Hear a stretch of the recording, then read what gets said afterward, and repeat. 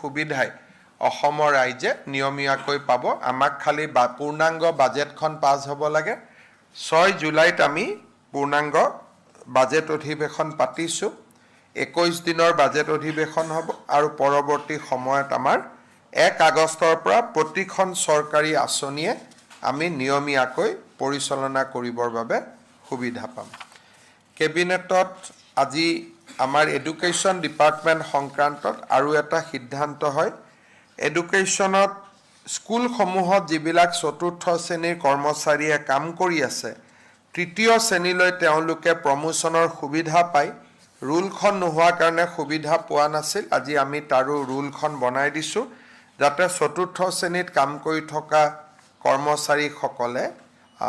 তৃতীয় শ্ৰেণীলৈ পদোন্নতি হোৱাৰ সুবিধা পায় আমাৰ মূলত এইখিনি আজি কেবিনেটত সিদ্ধান্ত আছিলে আপোনালোক